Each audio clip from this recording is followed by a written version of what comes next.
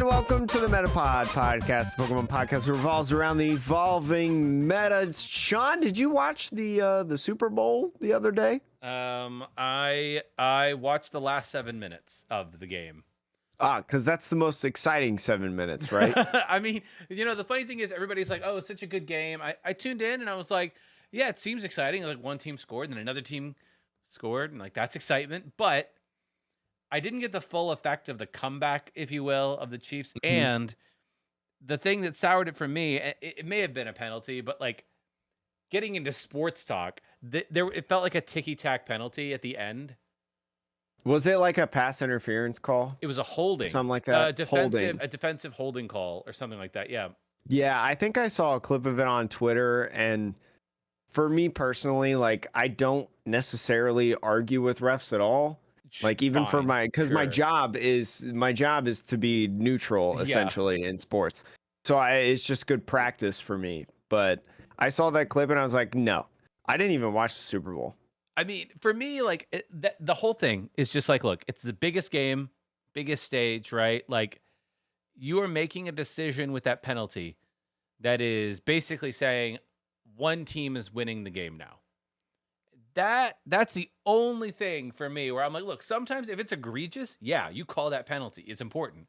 But that one was like, it was an edge case where I'm like, it just feels bad that. But like, Shawnee broke a rule. I mean, did he? Probably. The player even said after the game apparently that he did do the thing. So it's like, okay, fine. But like, I don't know. It feels bad as a viewer. Even if it's the right call technically, feels bad as a viewer. That's all I can say. Well, I will tell you, as a man that works in sports, I did not watch the Bowl of Supers.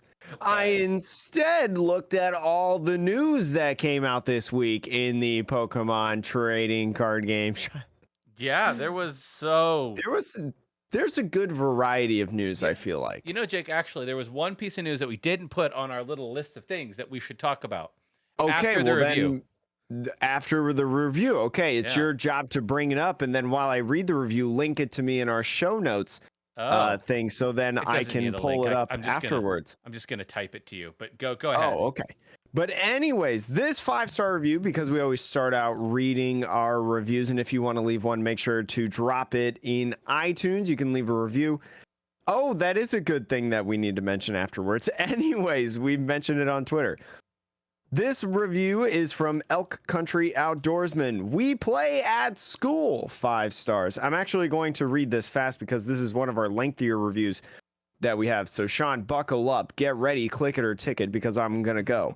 Excellent podcast. I really enjoy the content, your personalities, and family-friendly environment. I'm a principal in a school in Kansas. Used to play when I was a kid. Now my own kids and their friends at school have got me back into playing with them. You will see the games being played on the playground daily.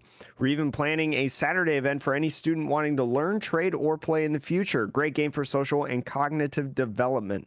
Just don't get caught trading during class. Lastly, you guys cram a ton of info into every podcast. Not only do I love listening for my self-enjoyment, all the students and my kids think I am so cool because they get all the new product and meta info from me. Ha. Keep up the great work and thanks for helping me be a cool dad and principal.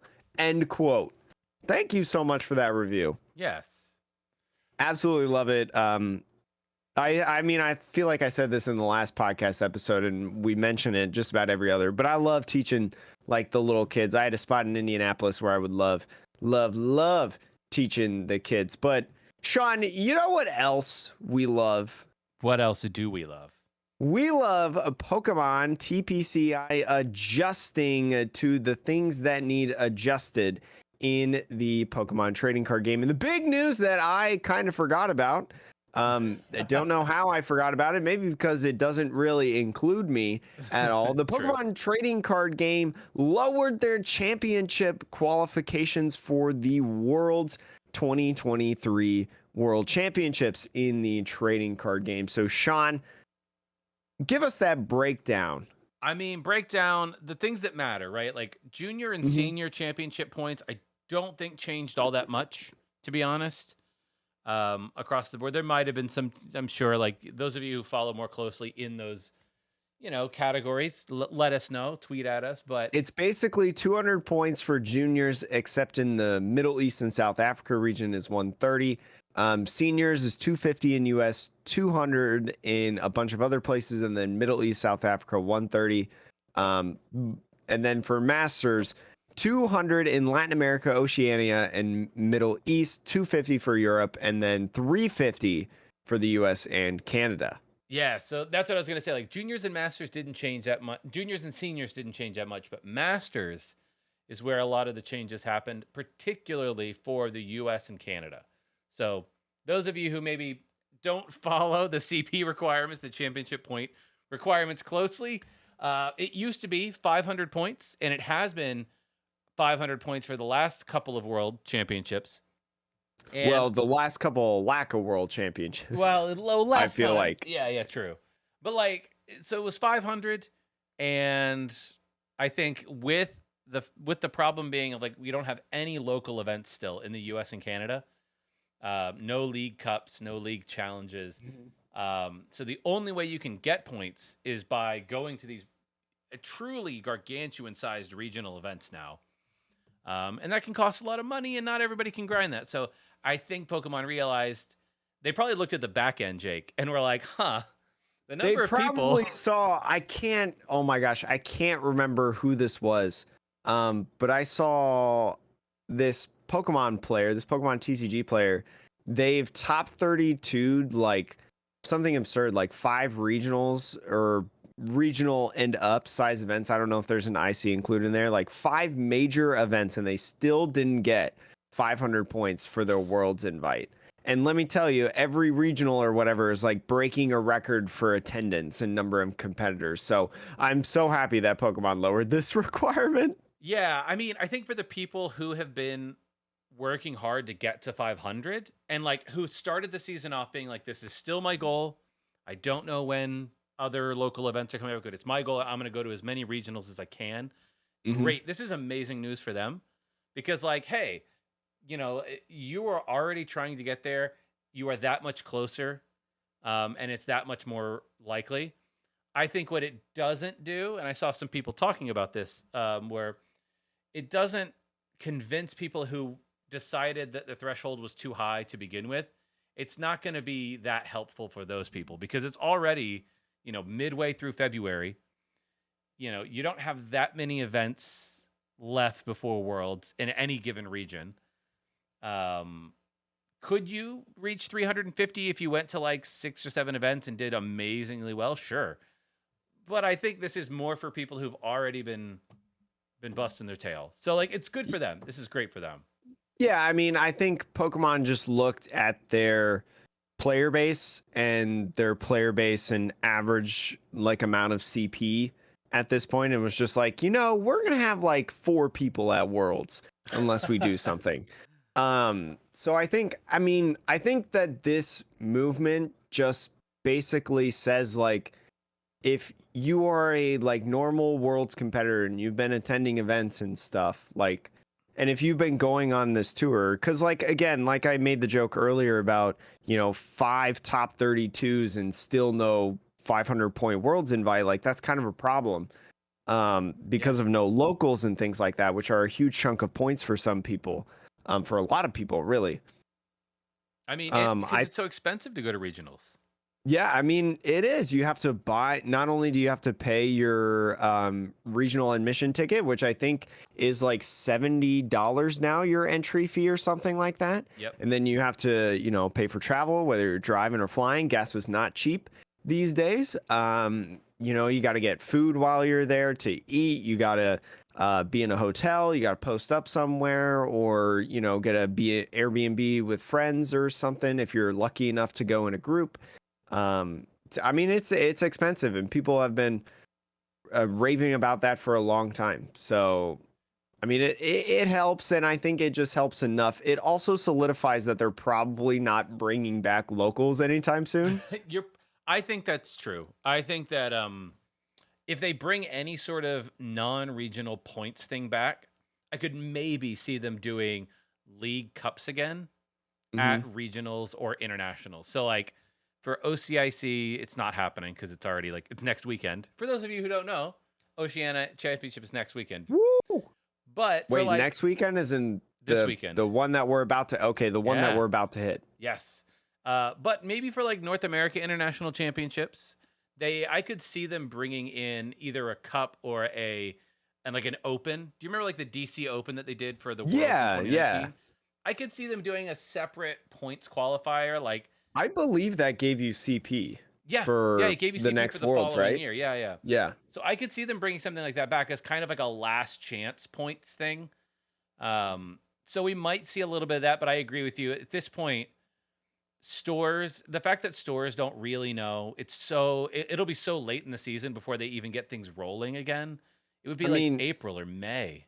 Yeah, I mean, they wouldn't really. I mean, they've just started rolling out, like within the last year, the local leagues, meeting back up and doing stuff again. And so I don't see cups and challenges or anything of the sort. I don't know if it'll be cups and challenges. It may be something else. This whole non-locals points thing could be a sunset of like cups and challenges. Well, no. I'm not saying sunset as in they'll never have local stuff again. I mean, they used to have like cities and states and stuff, and then they sunsetted that and brought in, like leagues and cups. That's kind of what I'm trying to say, like transitioning into what the next thing is going to be. I mean, we are in a new era of Pokemon now in Scarlet and Violet, so I mean, they changed up the cards, they got silver borders, then maybe they're changed local. We got a new client, Pokemon trading card game client. Maybe new locals are on the way.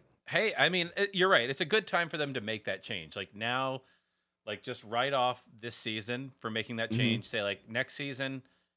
I do think next season we should be back to full local competitive play. I would think so. I would really think hope so. Yeah. It honestly wouldn't surprise me if we weren't until 2024, but I mean, I hope not. I hope not.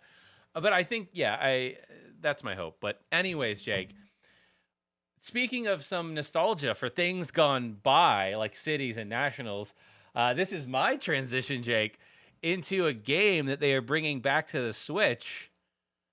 What is this game, Jake?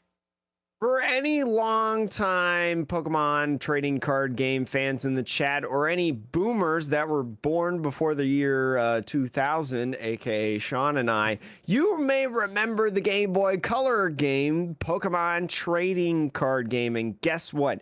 It's coming back into your most recent Nintendo systems. It's going to be coming on the Nintendo Switch. Now, if you remember the Nintendo Switch, if you follow like overall Nintendo gaming news, things like that, maybe you play the Pokemon video games, you may remember that the Nintendo Switch has these sort of what's the word that I'm looking for? They have these packs, these expansion packs, these downloadable content things of playing retro games. They've done the NES, they've done the SNES, Super Nintendo, and Nintendo Entertainment System.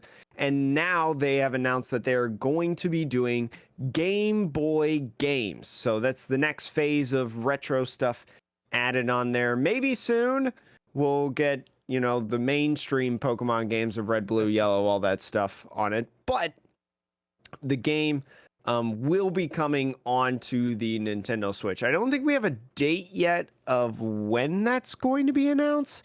I don't believe so. No, sometime. It was done. It was announced through the Nintendo Direct presentation over on February 8th. So, like late last week. So it says that it's going to be added sometime this year. And when you buy it, essentially, for anyone who doesn't know, you're buying the subscription. It's part of the Nintendo Switch Online subscription service. So if you've got Switch Online, I believe you just get this. I believe so. I believe that's how the other ones happen. And then you'll be able to get Game Boy Advance games as part of a premium expansion pack upgrade. But Sean, the Pokemon trading card game Game Boy Color is the only handheld console Pokemon card game that was released in America. There was actually a sequel that was released in Japan only that never made it over here. But Sean, have you played the original game? I have not played. I mean, no, I have not played the Game Boy game, but I mean, it's supposed to be the card game, right? So Yes. my guess is it follows. So the sets that are included are base to fossil, and it looks like I'm looking at the set right now. I don't know if it's the full set list. It I don't might think be it's the full I don't think it's the full set list of cards. base set through fossil, but I have played this before. I played through it like it was during the pandemic. Mhm. I bought the games and played it. And basically what it is, just like a regular Pokemon game, you go through these like 8 gyms and things like that. You basically do that, but play decks. So if you love retro formats, maybe you want to experience, maybe you started playing the game like Sean and I in like the Sun and Moon era or something like that, and you want to play, how was the hit? What? Oh gosh, Haymaker deck. Yeah. How did that play or any of that stuff? It's a really really fun game. I really like it a lot. It's kind of cheesy and but it's really fun if you just like playing the Pokemon trading card game. Yeah, I will say I think it probably goes by all the rules, the original rules of the game, which the are original wild. rules. So you can play as many supporters as you want during your turn. You can play them turn 1. Yep. I can't remember. I think you can attack turn 1. You can attack if you go first turn 1. If you mulligan, your opponent draws 2 cards instead of 1 as a bonus. You can retreat any number of times on your turn. There's no limit. Oh wait, really? There's no limit on the amount of retreats. When I played the game, I never did that. I just acted like I could only retreat once. I didn't realize that was a thing. Yeah, there's a whole we can one day do a proper retro format maybe, but like there's a whole other weird set of rules that like don't necessarily make sense in today's game, obviously. But yeah. So yeah, if you wanted to experience what that old format maybe looked like a little bit, this is a good way to do that. I think this is also, as someone who has played it, this is a really cool game if you've got like a younger kid who wants to learn kind of how to play the game. It's a fun game, honestly, in my opinion. I think Mellow Magikarp stands as this is one of his favorite games ever. Is the original Pokemon trading card game on the Game Boy Color. And it's really good. Like if you have someone that wants to learn how to play the game, this is they do a great job of teaching you the basics and kind of, acclimating you, the beginner matches and things like that. And then, progressively getting a little bit harder and harder. It's really, really cool, to be honest. Jake, I'm just going to say this out loud because I have to, which is like, I really want somebody to proxy all of the cards with the Game Boy art. Like make versions of cards with the Game Boy art. That would be dope. I think I could be. I feel like the Game Boy sprites moved. I mean, I don't need them to move, but with this like pixel version, like the color palette, like this is, I'm just looking at these images. These images are so gorgeous, and I'm sure that they will actually look really good on the Switch because, again, those of you who maybe don't remember, I don't believe the Game Boy Color had a backlit screen. No, it did not. So you had to use an external. You either needed to mod your Game Boy Color or have an external light that connected in the little plug-in. So also, people who are playing this on the Switch, you will see the colors, the pixel, all in their full glory on a backlit screen. So another reason, like if you happen to have the subscription, give it a whirl. You'll get to see all the art in all of its glory. Yeah, I mean it's super cool. And you know what else you can see in its full art and full glory exclusively in English, Sean? Okay, English exclusive. That rarely happens. So you remember when we talked about the premium tournament collections, how Boss's Order, Cyrus, and Clara were going to be the new characters Hmm. in these milk carton boxes that I keep talking about, the milk cartons. Well, it turns out they revealed the Clara full art promo and that it's going to be an English exclusive, which is very, very cool, Sean, in my opinion. Yeah, I mean, like you were saying, it's very weird for English to have exclusive cards. Like Mhm. on the Poke Beach page that we are looking at now, it lists a couple of cards that are not printed in Japan, but most of them are like weird regional promos, like Pikachu on the ball. There's a couple of like a Pikachu Raichu set that didn't actually come out in the black and white era, but and then like our celebration set had Greninja, you know, Greninja. What is the star? What is I can't remember the name of it, but It's the gold star, I yeah, think. I Gold don't Star know Greninja. exactly what it That's was. the I name didn't of it. play during that time. And then, but you know, we did have a full art Charizard VMAX that came in the premium collection, and that art was not in Japan. So I would say, of all the precedents, that's probably the one that's the most similar. Hmm. But that basically puts it at two cards that have been printed in English whose art was never featured in Japan. Yeah, so it's very strange. I wonder if the artist on this is a Japanese artist, though. I can't tell based on the photo that's on Poke Beach. I can't read that card. Let me see if I can try to find a Like a a larger image. yeah, like one where I'd be able to read it, but I don't know if I'll be able to. The Yeah, reason, it's just so fuzzy. well, yeah, it is. The reason I mention that is because, you know, almost all of the art in Pokemon cards, I think, I'm going to say almost. There might be a couple of exclusions, but almost all the art is done by the Japanese artists, you know, that work on the Pokemon card game in Japan. So Hmm. it would be interesting to know if this art was done by the Japanese artist, but is only printed in non-Japanese format, like in non-Japanese sets. It's just so strange. So yeah, I think it shows a level of collaboration with the Pokemon Company in Japan and the Pokemon Company International that I don't usually. We don't usually see that level of collaboration. And it's just really cool. I mean, anytime that we can get like some sort of exclusive, it feels really good. Because usually, I mean, I'm usually just bummed out that we don't get a Japanese exclusive. Yeah, yes, you have many of those that you're like, oh, why? I'm one of my favorite cards of all time is a Japanese exclusive promo. Yep.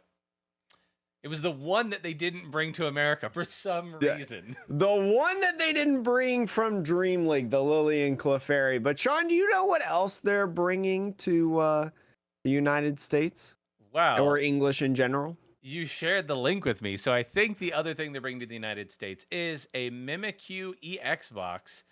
Um, you know, the product images have actually been revealed. It also shows us the Mimikyu EX. Um, yeah, like in general, this is a pretty standard box. Like it's 4 packs, a couple of promo cards, one of which being that Mimikyu EX. Mhm. You know, this is interesting though. It's the first. I think this says it's getting released on March 3rd. So it actually won't include any Scarlet and Violet packs because that's Well, I before. mean, they've done that before. Yeah. Yeah, they did that with the Meowth VMAX, you know, the first true. VMAX to ever be printed. They did that before Sword and Shield release. So basically they're just doing it again, and now it's the Mimikyu EX, which I would argue is a more popular Pokemon. Yeah. Now the interesting thing about this card, I'll briefly mention. We could talk about the card. 190 HP, basic EX Pokemon, which you know, we've seen Miraidon and Koraidon being basic EXs, but Mhm. another basic EX at that 190 mark. The first attack for one psychic does 30. Switch it with one of your bench. Pretty stock standard, honestly. Good if it gets stuck in the active and you're like, I would rather it not. But the second attack, I think this is an interesting shift for them. It's not going to be a crazy busted attack, but it does say for a psychic and 2 colorless, it does 30 times damage, 30 damage for each energy attached to both active. The reason I bring this up is I'm pretty sure Victini V, which had a very similar attack to this, it was 1 less energy, but it also only did 20 times the Mm-hmm. damage, correct? So to me, this is interesting because it suggests that they've chosen to bump the multiplier up by another 10. Um, and so, maybe that's an acknowledgement of the power creep, if you will, just that's been happening since the start of, Sword and Shield. But I don't know. I just wanted to point that out because that I think is somewhat new. I think it's interesting. I mean, I think Pokemon is slightly careful when they do the energy attached to both active Pokemon type of attack because of the what was it? Black and white.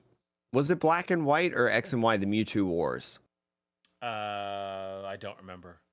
A while ago, let's just say a while ago, before Sun and Moon, there used to be an era of Pokemon. You could probably find some tournament VODs on the Pokemon channel where all decks, because double colorless energy was in the format, all decks would basically run Mewtwo EX and they would just one shot each other. Because Mewtwo EX with the double colorless hitting for a weakness would KO another Mewtwo EX. And Mewtwo EX was so good that, everybody played it. Do you know what's amazing, Jake? I'm going to point this out because they did give it a metal weakness, so you wouldn't have the Mimikyu EX knocking out a Mimikyu EX because Yep. if it's right now in the format, typically Psychic is more often weak to Psychic, but because Mimikyu is Fairy type, typically, Rip. It might be, yeah. But it is interesting because if you think about anything that's weak to Psychic, my guess is that is going to be a one-hit KO on anything weak to Psychic because you're starting off doing 90 damage just with your energy. So if your opponent has a standard amount of energy, which is 3, that's 6 times 30, 180. You double that. That's going to knock out anything. So it is an interesting card that it's like straightforward.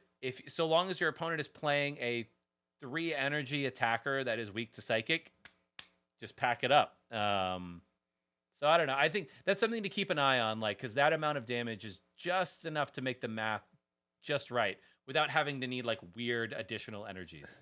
I will say the Miraidon EX has a 3 energy attack, and Miraidon EX in Japan, we may talk about this in a future episode more about it when Sean is in Japan and we're doing podcasts across the country. Miraidon EX has a 3 energy attack. So and is it weak that to would Psychic? be no, I mean it's not weak to Psychic, but that's 180 without the effect of a choice belt-esque thing or a Zigzagoon ping. I mean it's realistic for a Mimikyu EX to be able to knock out, maybe one shot, the Miraidon EX. And who knows, maybe you add the Shadow Rider Calyrex VMAX, to it. Yeah. Accelerate those energies. Yeah. So it's still waiting on Turbo Patch. Well, it's interesting. But yeah, not a busted card, but just some interesting design things I wanted to mention. It's a cool card to come out. As the first card. I remember people were real excited and trying out Meowth VMAX because it was viable enough to play it for fun on PTCGO. Not necessarily going to win a lot of stuff, but it was fun to just mess around with it. Jake, speaking of new things coming out, what has been revealed in Japan? So we talked about Triplet B coming out here in Japan in the future when its trademark came out in October. And now the first Scarlet and Violet subset has officially been revealed, releasing on March 10th in Japan. And once again, as we talked about, illustration rares are coming back. The starters will get their own. You may have seen them on Twitter. They're absolutely gorgeous and beautiful. I feel like they are some of Pokemon's finest arts up to this point. They are just truly astounding. Yeah. I love that they're giving the basics in this set, a version that is gorgeous art. Hopefully these are the basics that people would want to run in their decks. Because, sometimes when you have the optimal, there was the optimal Drizzile For a while, that was the Rapid Strike one, and then the other one. If these are the optimal ones, and if their EX evolutions are playable, like it's going to be a lot of fun to bling out your deck with these cards. I will say, I don't know that Sprigatito, the second one, has 70 HP and the other one only has 60. So who knows? But Gather Sunshine, its first attack, Grass Energy. Search your deck up for 2 basic energy cards. Put them in your hand and then shuffle your deck. So I don't know. It's fine. Maybe that's just better, to be honest. I mean, yeah. I mean, I guess I don't know if you want it stuck in the active on turn 2. Going going into turn 2. That's probably true. But hey, you do what you can. In this set as well, they've got the EXs of all the starter final evolutions in here as well. So Sprigatito's final evolution, which is Meowscarada. You've got Fuecoco's, which is Skeledur. I need pronunciations for all these Pokemon. Skeledirge. And then you've got Quaxly's, which is Quaquavel? Quaquavel? I want to say Quaquavel, but it could be Quaquavel. It's but yeah. They're making this real hard for me, to be honest. I mean, it might be Quaquavel, like quack, but who knows? Who knows? In this set as well, this caused a lot of noise from people too, some excitement. There's a couple trainers coming out in Triple Beat that were revealed that got people really hyped, including the return of Superior Energy Retrieval, Sean, the first item card up there. Sean, do you know this card? I don't think I know Superior Energy Retrieval. I think so that was Superior, like in an era, but yeah, I'd never played. I believe it was mainly it's like black and white early XY. Again, if you watch some old tournaments and stuff on the Pokemon channel of some regionals and things like that, you'll see this card a lot in like Archie toys, stuff like that. Mm-hmm. Like Blastoise decks that were going on. If you don't know what Superior Energy Retrieval is, it's an item card, trainer card, that says discard 2 cards from your hand. If you can't discard 2 cards, you can't play this card. Put 4 basic energy cards from your discard pile into your hand. You can't choose a card you discarded with the effect of this card. So it is really, really good in a lot of decks during its prime time in the Pokemon trading card game. So a lot of people, especially when you have, a bunch of decks right now. I know we won't get this set until like our June set. Yeah. In the rest of the world, this comes out in March in Japan, and it comes out in probably June for the rest of the world. But this card ran rampant, and I feel like, especially right now with a lot of decks that play a lot of different energy cards, this is a cool one to be able to utilize in decks to be able to get specific energies back. Yeah, I mean, I think it works well if you have things that you need to do with that energy. I think back to like, Baby Blounce, Baby Blacephalon back in 2019. Yeah. That deck, the way that the attack worked for those newer to the game, you had to get a bunch of fire energy in your hand, and then when you attacked, you discarded a number of fire energy, and for each fire energy you discarded, you did 50 damage. So like, in order to take the big knockouts that everybody was afraid of, you had to get up to 6 energy into your hand, and typically that meant having to recycle them from the discard back into your hand in some way. Yeah, and I mean there was the Fire Crystal item card too. Grab 3 fire energies from the discard, which that card was so that card broken. Was nuts. That card was so good, especially with Welder in the format. Oh my gosh. Oh my gosh, that card ran rampant, Sean. So I think this is there was, you know what? I'm now realizing how broken this card was, because there was Giant Hearth in the format to grab energies, and then discard them, and then there was Heat Factory as well to discard it. Yeah, man, I even played a bunch of decks with that card, and I'm just now realizing how broken it is. Oh gosh, that deck could easily hold up even in these formats today. Like it would be fine. But yeah, like I don't know, this card here, I don't know if it will. I'm sure they are designing the new cards to make it very good to play. The whole discard 2 cards from your hands and then get the energy into your hand. It could be really good if you need to, like, there's Battle VIP Pass. There's like lots of cards that can sometimes just get stuck in your hand that you don't want. And if you have a way to get rid of those with this card, put the energy into play, and then draw a bunch of cards, like, yeah, I could see this card being really broken. And there's a bunch of other options as well, that maybe haven't been explored too much. We've seen glimpses of decks that play like Thornton. Yeah. Right? Thornton would be able to combo really well with that card. We've seen like the single strike mustards and rapid strike mustards as well. That could potentially help on certain things like that. But there's going to be some cool cards in Triple Beat, and I know some people are pretty excited for this. Yeah, yeah. The only other card I wanted to mention, Mhm. we'll do a whole set review in like 6 months or whatever. Yeah, But whatever this. I just think it's cool to talk. Yeah, woo. I Anyways. did want to mention though the luminous energy.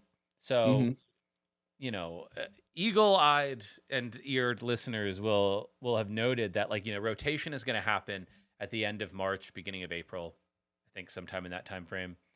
And when that happens, there will be a window of time where we don't have any rainbow energy in the standard format, which is I'm sure it's happened, but I can't remember a time I because don't know if since we've played, definitely because not. Aurora Energy came out early Sword and Shield. It was like Rebel Clash or something like that. Yep, and before that, we had the rainbow energy in format for like Mhm.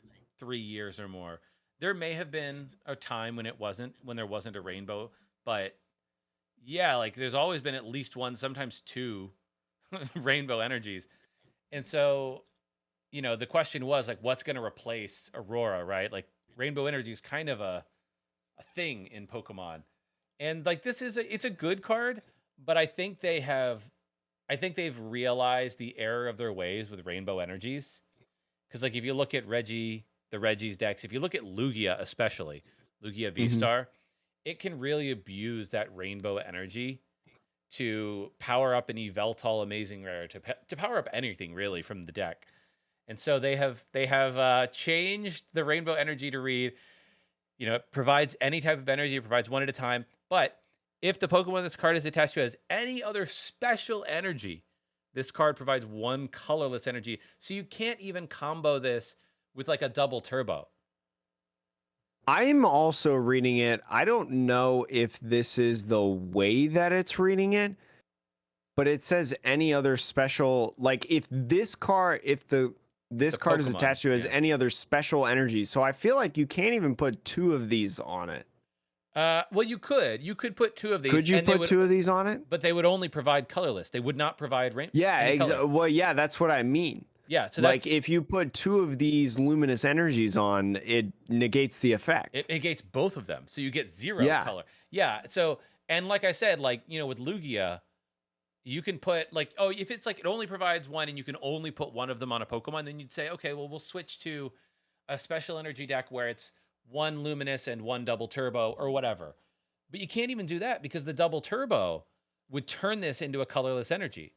Mhm. So clearly they think like, and I think it's kind of not quite a death knell, but pretty close to a death knell for Lugia V Star. I mean, I mean, the first two sets of Sword and Shield really had a lot of special energy in it, Yeah, especially colored type of special energy. they So, I do. mean, You have other they'll probably options. come with, yeah, they'll probably come with, specific types, I would say again, probably, Yeah, or some options, but, they'll still have special energy. They just probably won't use that one. that's true. Yeah, because I did like the design of like Hiding Dark and Heat Fire and Yeah, I Stone thought those were Energy, cool. and I think they didn't see enough play for what they offered. And so maybe that's what Pokemon is thinking is like, hey, we're going to make special energy. We want them to do very special things, but you can't combo them with other stuff. And I think Yeah, that's fair. they're looking at Lugia and they're like, "Man, you're good, dude." Yeah, like we made a mistake. Oh no, this is a problem. I will say a mistake that they haven't been making is the art. If you want to go up to the Fire Paldean Tauros, I think this card is quite possibly one of the coolest cards I've ever seen in terms of art Fire in the Tauros? fire section. Yeah, Wait, right above that oh, Oricorio. this guy. Yeah, that Oh art. my. If you have a chance to look it up, I absolutely love that art. Like, I want that on a poster on my wall. It is so cool looking. This would be a I know sick for our playmat. audio, yeah, I know for our audio only listeners, this means nothing to you. This is great audio content, Jake. But just look it up. It's the Paldean Tauros, you know, fire typing, got just fire sparks racing everywhere, breaking the ground, looks real tough, looks real gritty. Again, like you said, you know, looks incredible on a playmat. I will no say, more of that Ultra Pro copy paste stuff. Put this on it. I'm glad they gave Tauros a little love because, like, you know, it's one of the OG Pokemon, but I feel like it's one of those Pokemon that just kind of was, it sat in this weird camp of like, I don't know, it's fine. It's a bull. Like, it's not, how is it a Pokemon? It's just a bull. Like in this Triple Beat article that PokeBeach posted and showed, there's 3 different Tauros cards in here. Because the Paldean Tauros, if you don't know, spoiler alert, can kind of like change typings based on certain stuff. So like there's a fighting Tauros in here, there's a water Tauros in here, and there's a fire Tauros.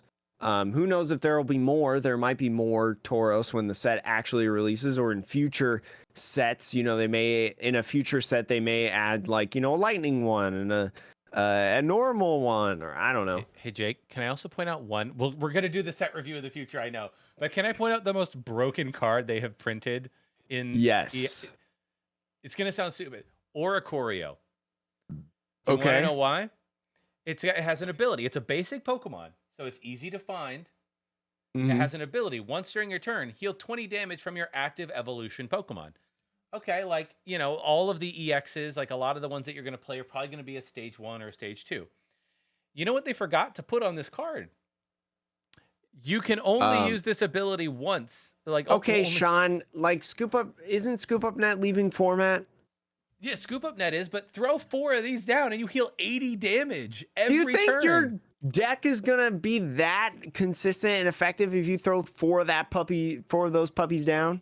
If all you need, Jake, is 1 thing in the active, 1 thing on the bench, 4 of these bad boys healing, that's a great tank deck. That's 80. That's only 80. 80 damage that requires no cards in hand. You can combo that. Remember when we had Mallow and Lana? Imagine.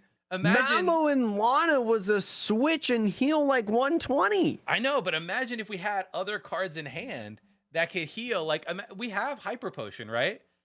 So like, I don't know if Hyper Potion's getting. Yeah, I don't know if it's surviving rotation actually. But like, I don't know. There will be heal cards. There's always heal cards, right? What about the special food tin? You remember that one? Suspicious food from Champion. Yeah, suspicious food tin from Champion's Path. I mean, what all about I'm that saying, one? Jake, is like, I have no idea. This card may just never see play and always will be trash. But the fact that it does not specify only one of these abilities at a time, it's a free 80 damage heal on your turn. That is nutty. I'm just gonna say it. If we get Scoop Up Net back, I'll somewhat validate you, or something effective like Scoop Up Net. What about what's the card that used to be like in item card? You flip a coin and if heads, pick up a Pokemon and all things attached to it or whatever. Oh my god! Super Scoop Up. Yeah, Super Scoop Up. Yeah. Yeah. Bring that back. I like that card. That card was fun. That's called fun. That and Acerola. Just bring those back. Just wall Yeah, stall. bring back Acerola. Seriously though. Seriously, Acerola is cool. I think they did that in Volo or whatever. Jake, are you ready to talk about not new cards but old cards and how they're doing?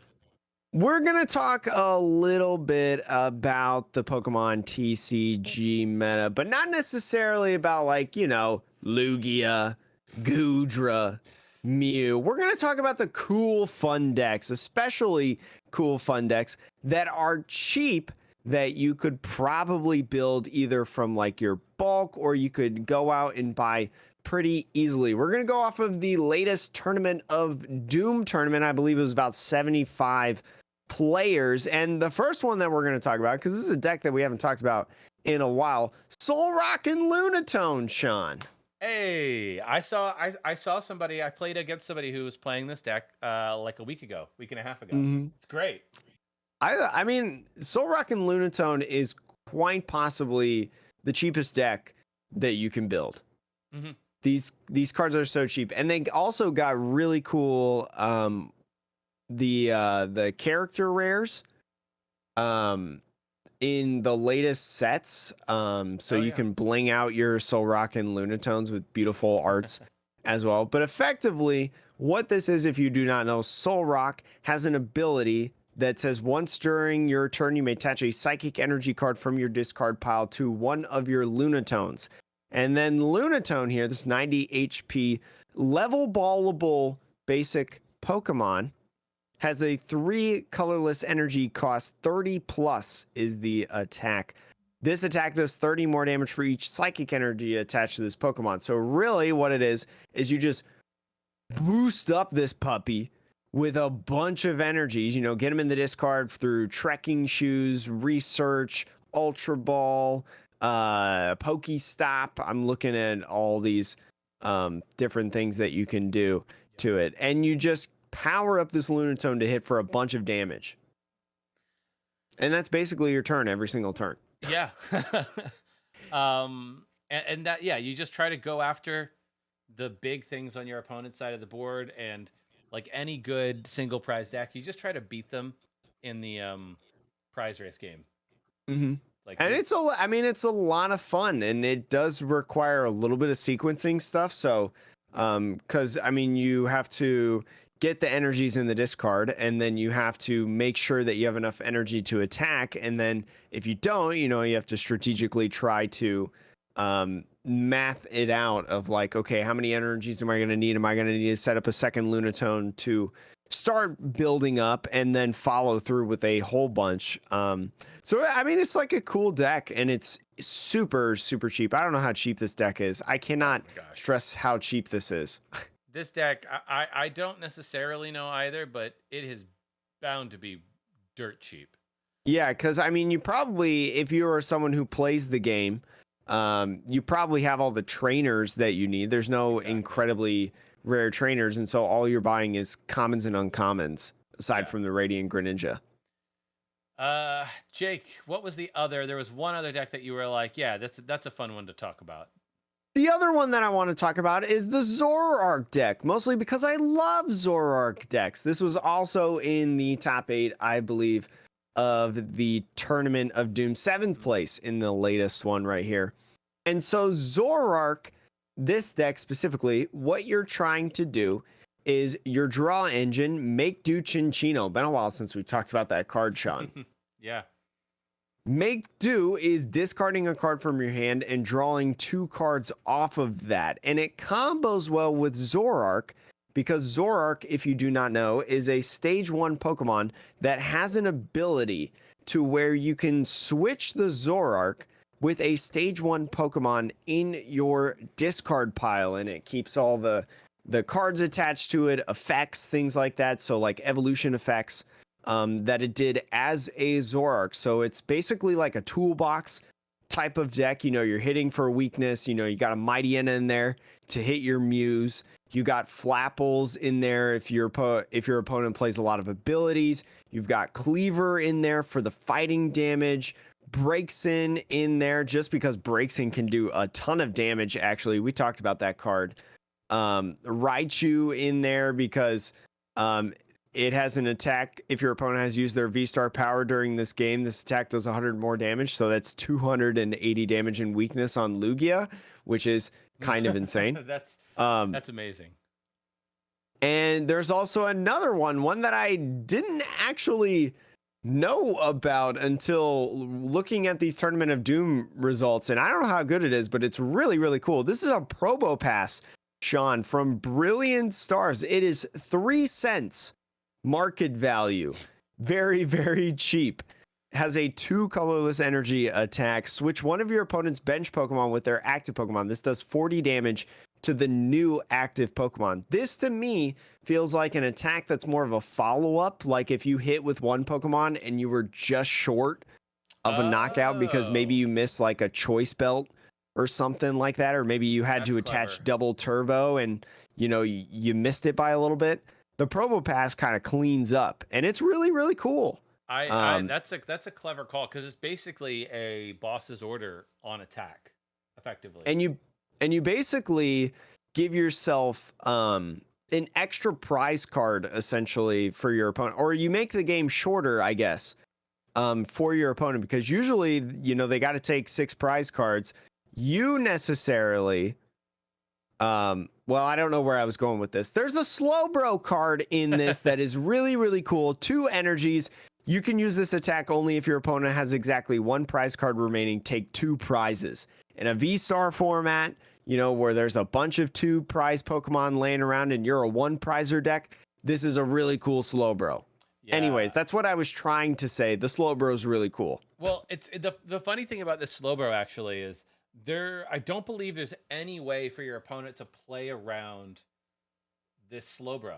Like other than The only thing it would be is with Manaphy. If Manaphy was not on the field for some reason and they like boss Raikou'd, a Chinchino and a Zorua. sure, like, but if they were able to get you from 2 to 0 instantly, great. Yeah. Like that's like, yeah, and they just win.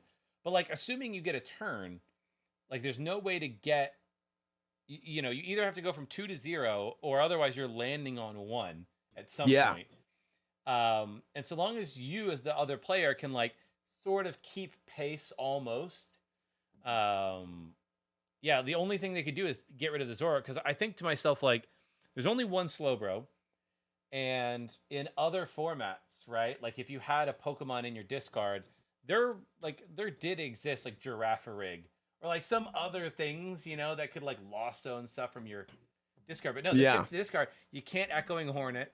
You can't do anything to it. It's just sitting. You're like, I know It's just coming. there. You have to like somehow convince them. I mean, you can't even like Lost City it. No, you can't. Right? Because there's no you can't start it. No, you can't. There's nothing you could. You just see it, and like I guess you lose. You know what you could do? No, if you happen to be playing, not Collapse Stadium, the one that Temple of Sinnoh. Oh yeah, I mean that's really like your only stop to this. Yeah. And even then they play capture energies, so they just double capture energy as Zoroark. Sure, yeah. Or like they bump your stadium and then a double turbo. Yeah, I mean they play 3 Pats of the Peak in this list specifically. Yeah, I like this is really clever. And that Flapple, man. That Flapple, I've never seen this attack before, but 50 damage for each of your opponent's Pokemon in play that has an ability. I mean, against Lugia, you're doing a lot of damage. House. You're doing like potentially 300 damage for 1 energy. That's nuts. And you don't even have to use a double turbo because there's capture energies, like I said in this list. So bam. Yeah, I like this deck. I mean, this deck we've talked about Zoroark decks before on the podcast, and I've always talked about how cool they are. Sean, we didn't even go over Arazu. Do you even know what that card is? What? There's a supporter in here I'm sure you've never read before in your entire life. That is correct. What does this do? Arazu is a supporter from Lost Origin. It is 6 cents for the regular art, Sean. Very, very cheap. Search your deck for up to 3 evolution Pokemon that don't have a rule box, reveal them, and put them in your hand. Wow, if only there was an entire deck based on evolution Pokemon without a rule box. Cough, cough. Zoroark. Oh man, that's crazy. I think to myself, Jake, I'm like, is this a card that Lugia should play? Go get your Lugia I don't V-Star. know, actually. Like if you could throw a Luminion down and just guarantee that you see 2 Archeops and a Lugia V-Star, and all you have to need be is an able to Ultra Ball. discard the Archeops though. Yeah, Ultra Ball. That's the thing. Ultra Ball. Easy. Oh, just Ultra Ball it. Yeah, just have Ultra Ball in hand. Just have an Ultra. Jake, it's easy. Just have an Ultra Well, Ball. I mean, you can discard it based off of Ultra Ball, Quick Ball, Aurora Energy. How else could you discard it if you use Arazu as your supporter? Well, I mean, if you want to get it on that turn, I mean, yeah, there's all those 3 things. I don't know what else Lugia would be playing that could really discard it, but Lugia V's attack, if you are going second, right? Lugia V's attack, I think, discards a card to draw 3 or maybe 2. I thought it was this. I thought it was like the stadium card. Maybe maybe it is a regular card actually. I don't know. People usually don't use read the wind. It is discard a card from your hand. So it's any card from your hand. So okay, there you go. I mean, and just then you read draw the wind. 3, so you play this going second on your first turn. You know, you get your V-Star, you get 2 of your Archeops, you read the wind, you put 1 in then you draw 3. It's like you got half a professor's research. It's really cool too because like this Arezu also has, like, in terms of the Zoroark deck, it has really good synergy with the Minchinos. Oh yeah, right? That's really good. Like with the Arezu, you grab 3 evolution Pokemon. You can grab, Pokemon that you discard. You can also grab Chinchinos as well. So like this, not only is this card effectively, getting your evolutions to be able to discard them, it's also effectively like draw up to 6. Grab 3, draw 6 potentially. I love the spice. Or even like grab 3, draw 2. Even if you grab 2 Chinchinos or 1 Chinchino and 2 Pokemon or what, like it's a really cool addition. I feel like in this deck, and it's also super cheap that you can build. So if you're looking for some decks right now in this format, maybe you're just waiting for Scarlet and Violet to release, right? The format's feeling stale, or maybe you want to bring something spicy to locals. There's spicy and cheap that you can build right away. There are 2 decks right there that you could probably build, and if you can't build them, you can build it really cheap. I will say, if you have friends that open a lot of Pokemon cards over the last 2 years, all these cards are in their bulk. Trust me. Yeah, I mean, even if you bought like a trainer toolkit, you have most of those cards. Yeah. Probably. You just don't have like maybe the Arezu and Serenas. Yeah. Which Serena is still like a pretty cheap card overall. It's not expensive. Yeah. Well, Jake, those are some cool, very weird decks. Those are fun decks. Those are. Do you think we'll see any of those at the top tables at OCIC? Absolutely not. But if it did happen, I would be so excited. You have no idea, Sean. Like I would eat my hat. I mean, not really. Don't make more promises, I don't think Jake. Remember the last time you made a promise? Yeah, no, and I will be picking a winner soon. I will be doing that on Twitter. I have not forgotten. I've just been very busy, so don't worry. We will get that done. I promise. I don't break promises, Sean. Mm-hmm. Especially on this podcast. Yes, which means that we will also be back next week to talk about OCIC. Yes. That's a promise. That's a promise. We will be talking about OCIC because it'll be a new big giant event. Oceania Internationals, or is it regionals? It's international. OCIC. Yes, IC is International Championships for anyone who doesn't know. Now, Jake. Anyways, over under on Henry Brand winning. Oh gosh. I did see on Twitter, somebody tagged us on Twitter. Oh my gosh, I'm gonna forget who it was. Brankus on Twitter. Sander Wojcik has been testing for OCIC. That could be like, I know that there's obviously like lots of good players everywhere in the world, but the European region, I think because Sander plays there so often, they kind of have a better sense of him. I don't know if the players going to Oceania will be as aware of Sander, right? Like, so I think it might have also been a joke. Limitless. So you're not on Twitter anymore, which is why I wanted to play this joke. There was just a bug or whatever on Limitless or something. They accidentally posted like the Oceania 2023 regionals results. And so it has Sander playing Orbeetle VMAX and Rotom. And so then he posts a picture of himself playing Orbeetle VMAX and Rotom and says, testing is going swimmingly. And I don't know how serious it is. He's playing against Lostbox, so who knows? Maybe that's great. Maybe it is serious. But I will be cheering for him if he is there playing that deck. Because Orbeetle VMAX is one of the coolest cards that never really saw play. Yeah, well, yeah. Such Yeah. just how that be. Yeah. All right, Jake. Walk us out. Thank you so much for listening to the Metapod Podcast, Pokemon TCG podcast that revolves around the evolving meta. If you want to tell us how we're doing, leave a review. Spotify, you can leave a 5-star rating. YouTube, go ahead and leave a comment. And then on Apple, you can leave a star review and then also tell us some kind words. Anyways, have a great week.